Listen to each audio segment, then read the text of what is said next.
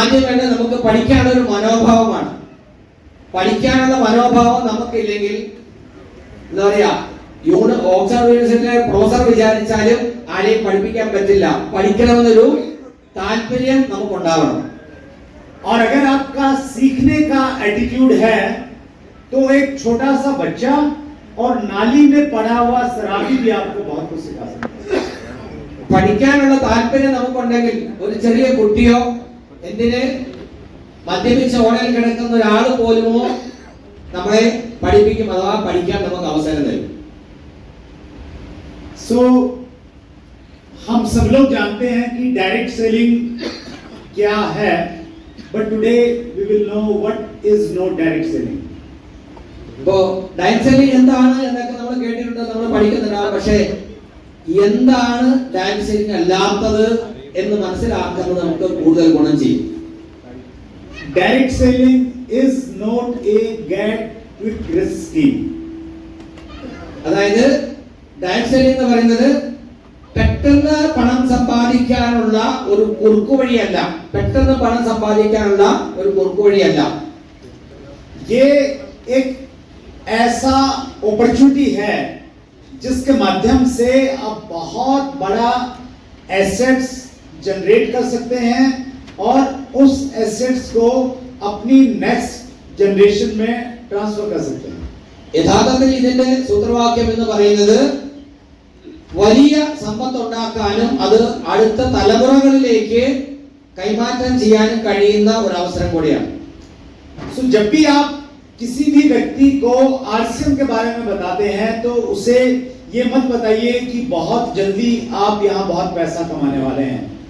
അതുകൊണ്ട് നമ്മൾ ആരോടെങ്കിലും പറയുമ്പോൾ പെട്ടെന്ന് ധാരാളം പൈസ ഉണ്ടാക്കാം എന്നുള്ള രീതിയിൽ നമ്മൾ പറയാൻ പാടില്ല. Direct selling is not easy. Direct selling അത്ര എളുപ്പമല്ല. हमें ऐसा लगता है कि दो ही बनाने हैं, बस उसी से काम हो जाएगा, but it is not easy. നമുക്ക് പലപ്പോഴും തോന്നും രണ്ടുപേരെ കിട്ടിയാൽ പോരെ, അത് എളുപ്പമാണല്ലോ. രണ്ടുപേരെ ഒരു പക്ഷേ കിട്ടിയേക്കാം. പക്ഷേ ഡയറക്ട് സെല്ലിംഗ് ചെയ്യുന്നത് നമ്മൾ വിചാരിക്കുന്ന പോലെ അത്ര എളുപ്പമല്ല. रॉयल्टी पे जाना मुश्किल नहीं है, वो इजी है. റോയൽറ്റിയിൽ എത്തുക എന്ന് പറയുന്നത് അത്ര പ്രയാസമുള്ള കാര്യമല്ല, ഈസിയാണ്, എളുപ്പമാണ്. पाल स्टार पाल भी इजीली जा सकते हैं, लेकिन उससे आगे थोड़ा मुश्किल की यात्रा शुरू होती है.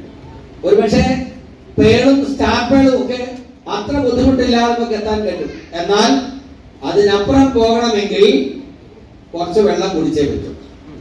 आपको असली चैलेंजेस तब आएंगे जब आपकी टीम में 20-25 रॉयल्टी चीवर होंगे और वो सब अलग अलग दिशाओं में जाना चाहेंगे. आप उन सबको एक डायरेक्शन में ले जाने की कोशिश करेंगे.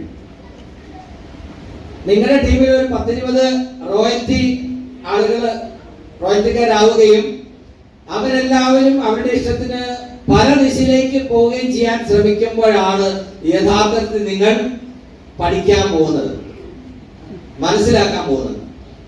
सो लीडर्स को एक डायरेक्शन में लेके चलना और मेंढकों को तराजू में तोलना एक समान है. ലീഡർമാരെ ഒരു ദിശയിൽ കൊണ്ടുപോകുന്നതും തവളയെ ത്രാസിൽ തൂക്കുന്നതും ഒരുപോലെയാണ്. तवड़े त्रासिल दो को मंडूकों को राजू में तोलना वो थोड़ा मलयालम में बोल देता हूँ. അതായത് വലിയ നമ്മുടെ റേഷൻ കടയിലൊക്കെ നമ്മൾ വലിയ ത്രാസ് നിങ്ങൾ സങ്കല്പിക്കും. ഇപ്പൊ ത്രാസ് ഒന്നും കാണാനില്ല. ഒരു ചാക്കിനകത്ത് നിങ്ങൾ തവളയെ കൊണ്ടുവന്നിട്ടുണ്ട്, അത് തൂക്കണം. രണ്ട് കൈ കൊണ്ടും വാരി ഒരു തട്ടിൽ തവള വെച്ചു. അടുത്ത വാരം നിങ്ങൾ വാരുമ്പോഴേക്കും ആദ്യം വെച്ചത് മുഴുവൻ ചാടിപ്പോയിട്ടുണ്ടാവും, ശരിയല്ലേ? അപ്പൊ ഇതുപോലെയാണ് 10-20 റോയൽറ്റിക്കാരായി എല്ലാവരും ഓരോ ദിശയിൽ പോവുക, അവരെ ഒരേ വഴിക്ക് കൊണ്ടുപോവുക എന്ന് പറയുന്നതും ഈ തവളയെ തൂക്കുന്നതും ഒരേപോലെ ശ്രമകരമായ പണിയാണ്. മനസ്സിലായോ? അതുകൊണ്ടാണ് പറഞ്ഞത് അത്ര എളുപ്പമുള്ള പരിപാടിയല്ല. कभी ए लाइन वाले नाराज हो जाते हैं तो कभी बी वाले नाराज हो जाते हैं. ചിലപ്പോ എ സൈഡുകാർക്ക് ഇഷ്ടക്കേടുണ്ടാകും, ചിലപ്പോ ബി സൈഡുകാർക്ക് ഇഷ്ടക്കേടുണ്ടാകും. Direct selling is not for everyone. ഇത്രയും നാൾ നമ്മൾ എന്താ പറഞ്ഞിട്ടുണ്ട്? യെസ്, അതാണ് പറയുന്നത്. കാറ്റഗറി അനുസരിച്ച് പാഠത്തിന് വ്യത്യാസം ഉണ്ടാകും. നമ്മൾ എല്ലാവരും പറയുന്നത് ഡാൻസിന്റെ ഓപ്പർച്യൂണിറ്റി എല്ലാവർക്കും ആണെന്ന്. പക്ഷെ ഇവിടെ പറയുന്നു എല്ലാവർക്കും ഉള്ളതല്ല ആശയം, എല്ലാവർക്കും ഉള്ളതല്ല ഡാൻസിൽ. പുറത്തു പോയി ആദ്യം തന്നെ പറയണം ഇത് നമുക്കുള്ളതാണ്, ഇത് വേറെ ആരും പറയാനല്ല, ഇത് നിങ്ങൾ അറിയാൻ വേണ്ടിയാണ്. എല്ലാവർക്കും ചേർന്ന പണിയല്ല ഡയറക്ഷൻ എന്നാണ്. So we have wonderful products. ये प्रोडक्ट सबके लिए हैं, बट नेटवर्क बनाना और नेटवर्क बनाने का मादा हर किसी के अंदर में नहीं होता है. We have to understand. Yes. Direction product ഇഷ്ടം പോലെ ഉണ്ട്, പ്രൊഡക്റ്റ് എല്ലാവർക്കും ഉള്ളതാണ്, എല്ലാവർക്കും ഉപയോഗിക്കാം. പക്ഷേ നെറ്റ്വർക്ക് ഉണ്ടാക്കാനും അതിലൂടെ വലിയ ഒരു വിജയം നേടുക എന്ന് പറയുന്നതും എല്ലാവരും കൊണ്ടും പറ്റുന്ന പണിയല്ല. बहुत बार हम इमोशनल हो जाते हैं, किसी व्यक्ति के पीछे लग जाते हैं कि तेरे को तो आज सिर्फ करवा के ही छोड़ूंगा. वैसा मत कीजिए. ചില ആളുകളെ നമ്മൾ പിടിച്ചിട്ട് പറയും ഇല്ല നിന്നെ ഞാൻ ആർസിബിൽ സക്സസ് ആക്കിയിട്ടേ വിടൂ എന്ന് പറഞ്ഞ് നമ്മൾ അവരുടെ പുറകെ കണ്ടമാനം പ്രയത്നിക്കും, സമയം ചെലവഴിക്കും. इस दुनिया में बहुत सारे लोग हैं जो जिंदगी में बहुत कुछ करना चाहते हैं. നമുക്കറിയാം ഒത്തിരി ആളുകൾ ഒത്തിരി വലിയ കാര്യങ്ങൾ ചെയ്യാൻ ആഗ്രഹിക്കുന്നവരുണ്ട്. आपने बस सही लोगों तक पहुंचना है, हर किसी को ज्वाइन करवाने का प्रयास नहीं करना है. അതായത് എല്ലാവരെയും ജോയിൻ ചെയ്യിപ്പിക്കാനല്ല, അത്തരത്തിൽ എനിക്ക് വലിയ ആളാകണം, എനിക്ക് നേട്ടങ്ങൾ ഉണ്ടാക്കണം എന്ന് വിചാരിക്കുന്ന ആളുകളെ കണ്ടെത്തി അവർക്ക് മാർഗനിർദ്ദേശങ്ങൾ കൊടുക്കുക, അവരെ സപ്പോർട്ട് ചെയ്യാന്നുള്ളതാണ് നമ്മൾ ചെയ്യുന്നത്. അല്ലാതെ കാണുന്നവരെ എല്ലാവരെയും മാർക്കറ്റ് അല്ലെങ്കിൽ ഡയറക്റ്റ് നമുക്ക് സക്സസ് ആക്കാമെന്ന് വിചാരിക്കണ്ട, അത് നടക്കില്ല. Direct selling is not explorers. बहुत सारे लोग ट्राई करने के लिए आते हैं, चलो पैसा तो लगता नहीं, थोड़ा ट्राई करके देख लेता हूं, शायद कामयाब हो जाऊं. എന്താണ് ഇവിടെ സംഭവിക്കുന്നത് ശ്രമിച്ചു നോക്കാം എന്ന് വിചാരിക്കുന്ന ആളുകൾ ഒത്തിരി പേരുണ്ടാവും. അങ്ങനെയുള്ളവർക്ക് പറ്റിയ പണിയല്ല ഇത്. ശ്രമിച്ചു നോക്കുക, പറ്റിയില്ലെങ്കിൽ വിട്ടു പോവുക, അങ്ങനെയുള്ളവർക്ക് വേണ്ടിയുള്ളതല്ല. ഈ അവസരം മനസ്സിലാക്കി ഇതിലൂടെ നേട്ടം ഉണ്ടാക്കുമെന്ന് ഉറച്ച് തീരുമാനിച്ച് അതിനുവേണ്ടി ഇറങ്ങുന്നവർക്ക് വേണ്ടി മാത്രമാണ് ഇത് നേട്ടം കാത്തുവച്ചിരിക്കുന്നത്. एक बड़ा अच्छा स्टोरी है. एक बार दुबई में 3 फ्रेंड मिले, एक अमेरिकन था, एक चाइनीज था और एक इंडियन था. ദുബായില് 3 പേര് ഒന്നിച്ചു കൂടി. ഒരു അമേരിക്കനും ഒരു ഇന്ത്യക്കാരനും ഒരു ചൈനക്കാരനും. सो उन्होंने चाय ऑर्डर किया और वेटर चाय लेके आ गया. ഒരു റെസ്റ്റോറന്റിൽ അവര് 3 പേരും പോയിട്ട് ചായ ഓർഡർ ചെയ്തു. सबसे पहले अमेरिकन ने चाय फिनिश कर दिया और चाय के कप को सीधा रखा. उसके बाद में चाइनीज ने चाय पिया और उन्होंने अपने कप को उल्टा रख दिया. और उन दोनों को ऐसा करते हुए देख के इंडियन कंफ्यूज हो गया. 3 പേര് ചായ കുടിക്കാൻ പോയി, ഒരു ഇന്ത്യക്കാരനും ചൈനക്കാരനും അമേരിക്കക്കാരനും. റെസ്റ്റോറന്റിൽ ചായ ഓർഡർ ചെയ്ത് ചായ വന്നു. അമേരിക്കക്കാരൻ ചായ കുടിച്ചു കഴിഞ്ഞിട്ട് ആ ചായ കപ്പ് നേരെ തന്നെ വെച്ചു. ചൈനക്കാരൻ ചായ കുടിച്ചു കഴിഞ്ഞിട്ട് കപ്പ് കമഴ്ത്തി വെച്ചു. അപ്പൊ ഇന്ത്യക്കാരൻ ആപ്പാടെ കൺഫ്യൂഷനായി. നിങ്ങളിൽ ആർക്കെങ്കിലും കൺഫ്യൂഷൻ വരുന്നുണ്ടോ?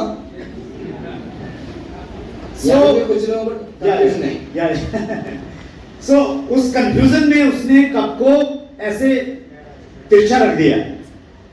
അങ്ങനെ സംശയം വന്നപ്പോൾ എങ്ങനെയാ ചെയ്യേണ്ടതെന്ന് അറിയത്തില്ലാത്തതുകൊണ്ട് അവര് കപ്പ് ഇന്ത്യക്കാരൻ കപ്പ് ഇങ്ങനെ പടത്തിട്ടു എന്നല്ലേ പറയാ, കിടത്തി വെച്ചു. और इस स्टाइल को देख के वो दोनों कंफ्यूज हो गए कि कौन सा स्टाइल है. കാരണം ഇത് കണ്ടപ്പോൾ അമേരിക്കക്കാരനും ചൈനക്കാരനും വലിയ അത്ഭുതമായി, ഇതെന്ത് സ്റ്റൈലാണ് എന്ന് അവർ ചോദിച്ചു. इंडियन ने बोला कि पहले तुम बताओ कि एक ने सीधा और एक ने उल्टा क्यों रखा है. ഇന്ത്യക്കാരൻ പറഞ്ഞു നിങ്ങൾ എന്തുകൊണ്ട് അങ്ങനെ ചെയ്തു, ഒരാൾ നേരെ വെച്ചു ഒരാൾ കമഴ്ത്തി വെച്ചു, അതിന്റെ കാര്യം പറയാൻ പറഞ്ഞു. अमेरिकन ने कहा कि मुझे 1 कप और चाय चाहिए, इसलिए मैंने कप सीधा रखा है, वेटर आएगा और डाल देगा. चाइनीज ने बोला कि मुझे चाय नहीं चाहिए, तो इसलिए मैंने उल्टा रखा है, वेटर आएगा और समझ जाएगा. അമേരിക്കക്കാരൻ പറഞ്ഞു എനിക്ക് ചായ ഇഷ്ടപ്പെട്ട, എനിക്കൊരു കപ്പ് ചായ വേണം, കപ്പ് നേരെ വെച്ചിരിക്കുന്നുണ്ട്, വെയിറ്റർ വീണ്ടും കൊണ്ടുവന്ന് ചായ ഒഴിച്ചു തരും. ചൈനക്കാരൻ പറഞ്ഞു എനിക്കിനി ചായ ആവശ്യമില്ല, അതുകൊണ്ട് ഞാൻ കപ്പ് കമഴ്ത്തി വെച്ചാൽ വെയിറ്റർക്ക് മനസ്സിലാക്കും എനിക്ക് ചായ വേണ്ട എന്ന്. उन्होंने कहा कि तुम्हारे स्टाइल से वेटर क्या समझेगा। അപ്പോ അവർ ചോദിച്ചു, നീ ഇങ്ങനെ വെച്ചിരിക്കുന്ന കണ്ട് വെയിറ്റർക്ക് എന്ത് മനസ്സിലാകും? इंडियन ने कहा कि हम तो इंडियंस हैं, हमारे लिए चाय आएगा तो भी ठीक है और नहीं आएगा तो भी ठीक है। അപ്പൊ ഇന്ത്യക്കാരൻ പറഞ്ഞു, ഞങ്ങളുടെ സ്റ്റൈൽ എങ്ങനെയാണ്, ചായ കിട്ടിയാലും കുഴപ്പമില്ല, കിട്ടിയില്ലെങ്കിലും കുഴപ്പമില്ല, आएगा तो पी लेंगे, नहीं आएगा तो कोई बात नहीं, हो गया। വന്നാലും കുടിക്കാം, ഇല്ലെങ്കിലും കുഴപ്പമില്ല. बहुत सारे लोग इसी एटीट्यूड के साथ आरसीएम को करते हैं, चल गया तो ठीक है, नहीं चला तो कोई बात नहीं।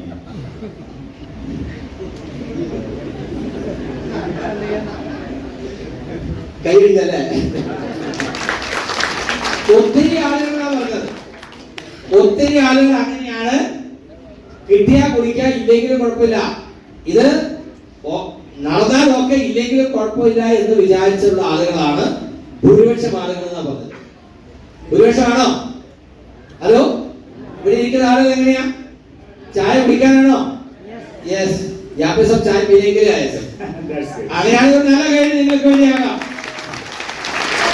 तो पिछले 24 सालों में मैंने एक चीज को बहुत अच्छे से ऑब्जर्व किया है, किसी भी शहर में आरसीएम को बिल्ड करने के लिए एक कमिटेड व्यक्ति चाहिए, जो ये डिसीजन लेता है कि यस, कोई करे न करे, मैंने करना है, और जब वो इस कमिटमेंट के साथ करता है तो पूरा शहर और पूरा स्टेट उसके पीछे लग जाता है। എവിടെയും ഇത് സക്സസ് ആകണമെങ്കിൽ ഉറച്ച തീരുമാനമെടുത്ത ഒരാള് മുൻപിലുണ്ടാവണം. ആളുകൾ ചെയ്താലും ചെയ്തില്ലെങ്കിലും ഞാൻ ചെയ്യും, അത് നേടിയെടുക്കും എന്ന ഉറച്ച തീരുമാനത്തിൽ പ്രവർത്തിക്കുന്ന ആളുണ്ടാകണം. അങ്ങനെ ഒരാൾ വരുമ്പോൾ അത്തരത്തിൽ തീരുമാനമുള്ള ആളുകൾ അവരുടെ കൂടെ കൂടും. അങ്ങനെയാണ് എവിടെയും ഡയറക്ട് സെല്ലിംഗ് ആർസിഎം സക്സസ് ആവുന്നത്. केरला में आरसीएम की शुरुआत गोपा सर, सुजीत सर और मूर्ति सर की ज्वाइनिंग से पहले हो चुकी थी. People join, but they tried. चलेगा तो ठीक है, नहीं चलेगा तो छोड़ देंगे. उनका नहीं चला, बट इन लोगों ने कमिटमेंट के साथ में किया, इसलिए हिंदुस्तान का सबसे मजबूत टीम बन गया है. കേരളത്തിൽ ഗോപകുമാർ സാറും സുജിത് സാറും മോഹൻ സാറും ഒക്കെ ആർസിഎമ്മിൽ ജോയിൻ ചെയ്തതിന് മുമ്പ് തന്നെ പല ആളുകളും ആർസിഎമ്മിൽ ജോയിൻ ചെയ്തിരുന്നു കേരളത്തിൽ. അവരൊക്കെ കിട്ടിയാൽ ഓക്കെ, ഇല്ലെങ്കിലും കുഴപ്പമില്ല എന്ന് വിചാരിച്ചിരുന്നു. അവർ ശ്രമിച്ചു നോക്കി, പറ്റിയില്ല, വിട്ടു കളഞ്ഞു. പക്ഷെ ഇവരെന്ത് ചെയ്തു? നേടിയേ അടങ്ങുമെന്നുള്ള ഉറച്ച തീരുമാനത്തിൽ അടിയുച്ച് പ്രവർത്തിച്ച് ഇന്ന് ഇന്ത്യയിലെ ഏറ്റവും നമ്പർ 1 ടീമായിട്ട് മാറി. Direct selling is not for monkeys. Direct selling കുരങ്ങന്മാർക്ക് വേണ്ടിയുള്ളതല്ല. वैसे तो हम लोग सब मंकीज की कैटेगरी से ही आए हैं. दे आर यू नो, वो हमारे बुजुर्ग लोग हुए हैं. അപ്പോ കുരങ്ങന്മാർക്ക് വേണ്ടിയുള്ളതല്ല എന്ന് പറയുമ്പോഴും ബേസിക്കലി നമ്മളെല്ലാരും കുരങ്ങന്മാരുടെ പരമ്പരയാണ്, അല്ലേ? യെസ്. कुछ लोगों में वो जो डीएनए है मंकीज वाला, वो अभी भी है. അതായത് കുരങ്ങന്മാരുടെ പരമ്പര ആയതുകൊണ്ട് ചില ആളുകളിൽ കുരങ്ങന്റെ ആ DNA കുറച്ചൊക്കെ പ്രകടമാണ് ഇപ്പോഴും. मंकीज एक पेड़ पे बैठते नहीं रहते हैं, वो इधर से उधर घूमते रहते हैं. और बहुत सारे लोग डायरेक्ट सेलिंग में एक कंपनी में टिक के काम नहीं करते हैं. कभी इधर फिर उधर ट्राई करेंगे, फिर उधर देखेंगे, फिर उधर सोचेंगे, और ये उन लोगों के लिए डिजाइन नहीं किया. അപ്പോ പല ആളുകളും അങ്ങനെയാണ്. ഇപ്പൊ കുരങ്ങന്റെ കാര്യം പറഞ്ഞാൽ ഒരു മരത്തിൽ ഇരിക്കില്ല, ഇവിടുന്ന് അങ്ങോട്ട് ചാടി അവിടുന്ന് ഇങ്ങോട്ട് ചാടി ഇങ്ങനെ ചാടിക്കൊണ്ടേയിരിക്കും. ഡയറക്ട് സെല്ലിംഗിലും അങ്ങനെയാണ്. ഒരു വലിയ ശതമാനം ആളുകൾ ഇങ്ങനെയാണ്, അങ്ങോട്ടും ഇങ്ങോട്ടും ചാടിക്കൊണ്ടിരിക്കും. അങ്ങനെയുള്ളവർക്ക് ഇതിൽ സക്സസ് ആകാൻ എളുപ്പമല്ല. Direct selling is not for I know everything person. उनको लगता ना कि मुझे कुछ सीखने का जरूरत नहीं है, उनके लिए भी नहीं है. എനിക്കെല്ലാം അറിയാമെന്ന് വിചാരിക്കുന്നവർക്ക് വേണ്ടിയും അല്ല ഡയറക്ട് സെല്ലിംഗ്. കാരണം പല മേഖലയിലും വലിയ അറിവുള്ളവരായിരിക്കും, എക്സ്പെർട്ട് ആയിരിക്കും. പക്ഷേ ഇവിടെ എനിക്കെല്ലാം അറിയാമെന്ന് വിചാരിച്ച് വരുന്ന ആളുകൾക്ക് വിജയിക്കാൻ പ്രയാസമാണ്. Because direct selling traditional business से और जो हमने काम करने के तरीके सीखे हैं उससे अलग है. അതായത് ഡയറക്ട് സെല്ലിംഗ് ഒരു പുതിയ വിഷയമാണ്. നമ്മൾ കണ്ടതും കേട്ടതും പഠിച്ചതുമല്ല, അതിൽ നിന്നും വ്യത്യസ്തമായ ഒരു വിഷയമാണ്. അതിനെക്കുറിച്ച് തീർച്ചയായിട്ടും നമുക്ക് പഠിച്ചേ മതിയാവും. ट्रेडिशनल बिजनेस में अगर आप अपने सीक्रेट्स, बिजनेस सीक्रेट्स किसी दूसरे को बता देंगे तो आपके असफल होने के पूरे चांसेस हैं. അതായത് ട്രഡീഷണൽ ബിസിനസ്സിൽ നിങ്ങൾ സക്സസ് ആണെങ്കിൽ നിങ്ങളുടെ വിജയ രഹസ്യം മറ്റുള്ളവരുമായിട്ട് പങ്കുവെച്ചാൽ നിങ്ങൾ പരാജയപ്പെടാനുള്ള സാധ്യത വളരെ കൂടുതലാണ്. മനസ്സിലായോ? ട്രഡീഷണൽ ബിസിനസ്സിൽ ഒരാൾ വിജയിക്കുന്നു, അദ്ദേഹത്തിന്റെ വിജയ രഹസ്യം എന്താണെന്ന് മറ്റുള്ളവർക്ക് പറഞ്ഞു കൊടുത്താൽ അയാൾ പരാജയപ്പെടാനുള്ള സാധ്യത വളരെ കൂടുതലാണ്. आरसीएम में अगर आपने अपने सीक्रेट्स, अपनी डाउनलाइन को नहीं बताए तो आपके असफल होने के चांसेस पूरे हैं. എന്നാൽ ആശയിൽ നിങ്ങളുടെ വിജയ രഹസ്യം നിങ്ങൾ നിങ്ങളുടെ ടീമിലുള്ളവർ പറഞ്ഞു കൊടുത്തില്ലെങ്കിലാണ് നിങ്ങൾ പരാജയപ്പെടാൻ പോകുന്നത്. ट्रेडिशनल बिजनेस में जब आप किसी की जेब से पैसा निकालते हैं तब आपको पैसा मिलता है. आरसीएम में जब आप अपनी टीम में पैसा जितना बांटते हैं उतना ज्यादा आपको मिलता है. So it is totally different. Traditional ബിസിനസ്സിൽ മറ്റുള്ളവരുടെ പോക്കറ്റിലെ പൈസ നിങ്ങൾ എടുത്താലേ നിങ്ങൾക്ക് പൈസ കിട്ടുള്ളൂ. ആശയിലോ നിങ്ങളുടെ ടീമിലുള്ള ആളുകളുടെ പോക്കറ്റിലേക്ക് എത്ര പൈസ നിങ്ങൾക്ക് എത്തിക്കാൻ കഴിയുമോ അതനുസരിച്ചായിരിക്കും നിങ്ങൾക്ക് കിട്ടുന്നത്.